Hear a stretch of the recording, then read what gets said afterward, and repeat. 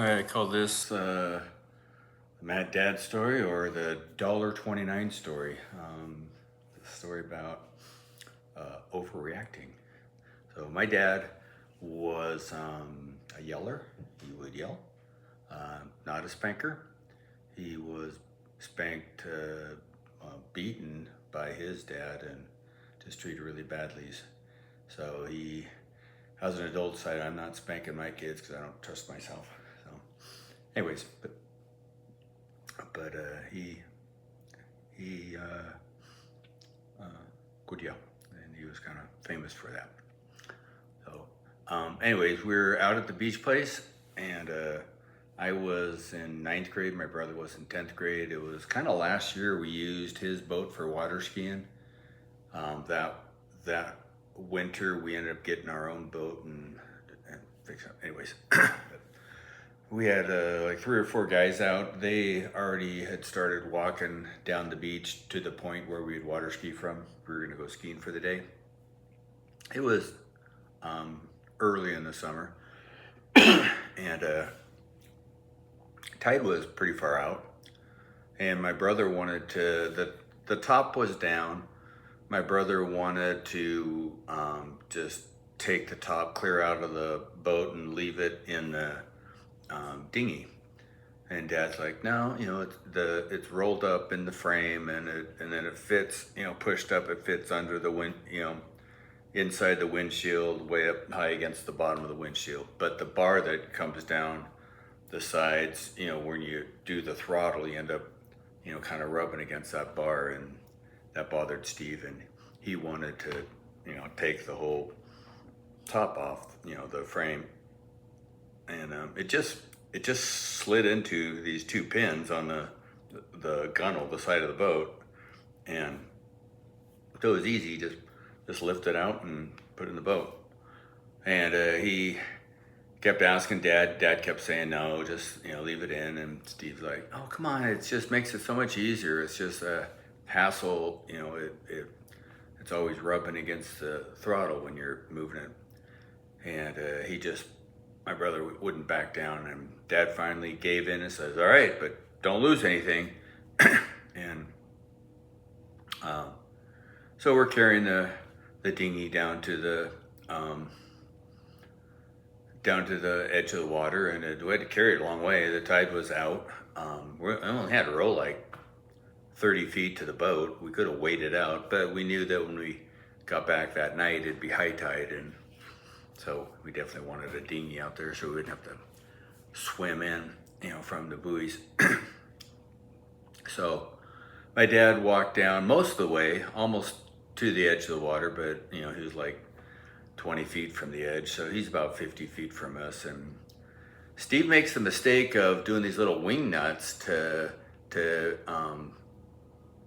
that the little end piece attached to the gunnel, and you didn't have to do that. You could have just lifted and had that little piece just still attached to the boat. But he took the wing nut off because it was like the first time I'd ever done it, and off one side, and then put the wing nut back on, and then you took the wing nut off the other side, and I'm just staying in the boat. I'm staying out of it. I don't want any part of it. And he hands it to me, sticking up with the wing nut. Those little end pieces are supposed to be sticking up out of the end of the poles of the frame. And as he handed it to me, I look and I see one sticking up, but the other one was just the end of the pole. There's no thing sticking up. And I just whisper, I go, where's that one? And Steve just looks down and starts looking around. And as soon as he looked down and looked around, because Dad was just standing there watching, as soon as he looked down and started looking around, Dad's like, you lost it, didn't you? You lost it. I told you you'd lose it. You lost it. And he lost it. He just started, son of a rassle-frassle. Rassle-frassle. And he starts walking away. And because he's just ticked. He knew my brother would lose the end piece, and I don't know why it wasn't just said, just don't unscrew anything, just pull it out. It just comes out when you, at the end, you can just put it back in, just slide it back in. That wasn't discussed, unfortunately. And so now he's walking away from us, just expressing his disappointment. And he doesn't look, and now he's looking for something to throw. I mean, he's just mad. And he sees, it looks like a waterlogged, skinny, flat branch. I mean, this brown thing about 2 feet long, laying on the beach, and not that far from Dad. He walks over. It's only thing to like laying there on the beach. Besides, well, really, he's down low where it's just there's not even hardly gravel. The rocks, they're like sunk into and they're barely sticking out of the sand, and there's nothing for him to grab. I mean, this is the only thing laying on top of the beach. And my dad's left-handed, and he picks it up left-handed, and it was heavier than he thought, and slipperier than he thought, and it was a lot sharper than he thought, because it turned out to be a lawnmower blade, a rusted out old lawnmower blade. And we have no idea how that ended up on our beach that day, of all days. Anyways, he picks that thing up and he goes to throw that thing as far as he can left-handed, and it slips and it fillets his hand. I mean, he is cut from one side clear to the other, and his wrestle son of a wrestle all of a sudden goes, wrestle son of a wrestle. He goes up an octave, and now he's walking away, and he was mad before. Now he's really mad, and he gets out of the muddy sand, and now he's into the like kind of these bigger rocks with barnacles on him, and he's trying to walk and drag his feet and spray rocks, but they don't spray very far, and he doesn't take, like, that's like 20 or 30 feet. Now he's into the smaller rocks without barnacles, and he can walk and drag his feet and spray rocks as he's walking, which he wants to do. He wants to, he just wants stuff to move as he moves. And now he's just quiet, and he's walking up, and every once in a while he's and he's still barking out, some frustration, some profanity, and he gets up on the bulkhead, man. And in the winter, the tide would come clear over the top of our bulkhead several times, and the waves would wash away the sand and gravel at the edge of the bulkhead, and it would like be hollowed out behind the logs. Behind it would be hollowed out some, and every spring and early summer, that was our job, was to fill that back in. Well, and ideally you want to fill it in with gravel, not just sand, because the sand ends up just sifting through, and the gravel, it will stay. And so the idea was to fill it up with gravel. And so for some reason, there was a bucket on the bulkhead, like back, towards the back side of the bulkhead, farthest away from the beach, by the ivy, and it was like 2/3 full of gravel. And I don't know why it hadn't been dumped out. One of us just carried up, and we were tired or got distracted, and we just left it there. Well, Dad, he gets up on the bulkhead, and he turns to head towards the stairs to go up to the cabin, and he's walking, along the bulkhead, and he sees the bucket, and it's like both Steve and I, we both know he's gonna kick the bucket. He's gonna take his frustrations out on the bucket, but the bucket isn't empty. It looks empty as he's walking up to it, but it's not empty. It's got like 50 pounds of gravel in it, and beach rock.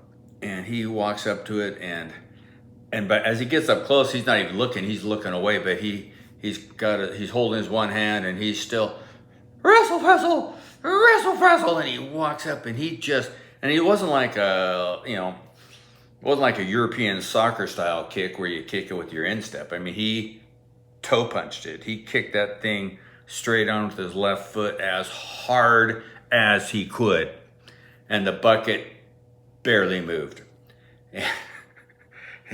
He'd already gone from wrestle frazzle to wrestle frazzle, and all of a sudden it's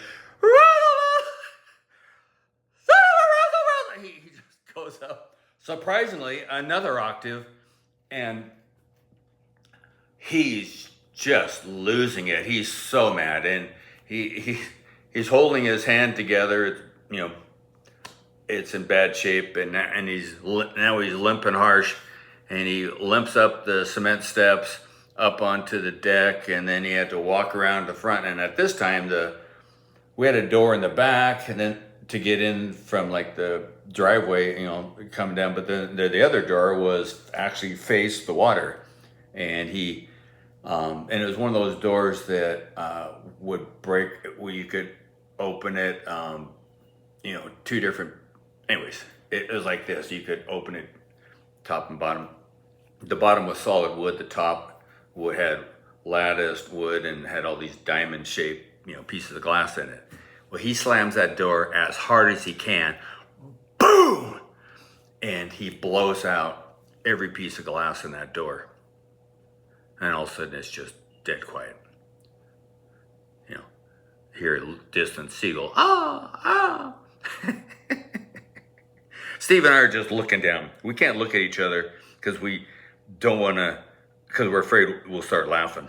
We're not like, so for those of you who are hearing this, this might sound kind of freaky or whatever, but our dad was a yeller. I mean, it wasn't so scary. I mean, he just would yell. And I untie the boat, and I tie up the dinghy, and I slip over the side. Steve pushes the boat out. Or no, Steve puts the motor down. He's starting the motor up, and we start trolling away, and we're not looking at each other, just heads down. And he speeds up, and now we're, you know, going like 30 miles an hour. The boat went 32 miles an hour full bore, and he's heading away from the beach, you know, place, and down the beach and towards the point, which was the mouth of Felicity Bay, where we would water ski. When we get around the corner, out of sight, because sound travels on water, and we know that. Like, you could hear like a boat go by sometimes. You can hear the people talking in a boat like a couple miles away. Sometimes it's just weird. Anyway, we get around the corner, we start laughing. It's like, oh my gosh, that was so funny. And he just lost it. And we pulled in, and we're telling our four friends about it, and we're laughing. They're not laughing. They don't think it's funny at all. Like, maybe maybe you don't think this is funny. It was funny. And we ski all day long. And we ski past dinner time. We come back at dark. I mean, it's dark. Oh, dark 100. We get to the buoy. All six of us get in the dinghy, and there's, I mean, just like an inch of freeboard, and we position ourselves just right, and we barely row, but we row all in, and we had to carefully, you know, get out of the dinghy, and we make it, you know, up on the bulkhead and pull the dinghy up, and we're starving. I mean, we've been gone, like 10 hours, I mean, of skiing, and we're thirsty. We haven't eaten or drinking anything all day long. And so it was like, the oldest of the group was this guy named Eric. He was the oldest. Eric, go up and get matches and paper, toss it down, and then get, you know, hot dogs and buns and ketchup and mustard and pop and potato chips. That's basically what we're gonna have, is potato chips, hot dogs, and grape Shasta pop. And so he goes up there, and he's kind of awkward. He's scared because of what we told him about our dad. And he's a big guy, big redhead guy, and all of our friends would call mom and dad. You know, there's like mom, and he wants to talk to my mom. He's like, Mom, you know, can I have some paper and matches so we can make a fire, so we can, you know, cook hot dogs? And she's like, oh, sure. And she starts getting the stuff, and Dad, he's sitting in the Easy Boy lounge chair, and he's already finished off a couple beers. He's got a couple empty bottles, and he's on his third one, and his hands wrapped up, his left foot's wrapped up, The windows have been replaced in the door, magically. There's brand new windows and the door. Um, and Dad, puts his beer bottle down with emphasis, and even a little beer, squirts out the top, and he goes, "Eric, tell all the boys to come up. I want to talk to y'all." Eric is scared, and he walks out the front door, facing the water, and out onto the deck, and looks down at us, and he goes, "Dad wants us all up in the to all come up. He wants to talk to us all." And everybody kind of looks at each other like, "Oh my gosh," they're all scared. I'm not scared. I didn't do anything wrong, so I want to see this. And I know he's not gonna yell. I mean, he's not. I know. So I'm confident that I'm the only one that isn't scared. Everybody else, our 3 or 4 friends, are scared. My brother's scared, and so we all come up, and it's like everybody wants to be in the back. We get up into the living room in front of Dad, and everybody's kind of like trying to not be in front. And I'm just standing off to the side where I can see my dad and see my brother and watch my friend's reaction and stuff. I just want to take this in. And Dad takes a long drink of his beer and kind of sets it down with emphasis.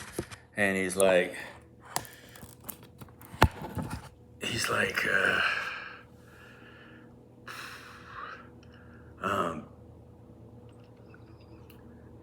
he goes, "Do you know how much that part cost, Steve?" Steve's like, "No." And he goes, Dad goes, $1.29. We're all standing there. He goes, and he slams his hand down. He goes, "It costs $1.29. And we're all like standing there like, I'm starting to get a little freaked out because I didn't expect Dad to raise his voice, And I'm like, and then he just started laughing, and we all just burst out laughing. And it's like, "What? It costs $1.20? And what are you talking about?" And he goes, that little piece you lost, Steve, it costs $1.29. And he kind of sits back, and he goes, he's got his hand, and he kind of rubs the back of his hand, and because the stitches are on this part, and he's like, "I guess I overreacted."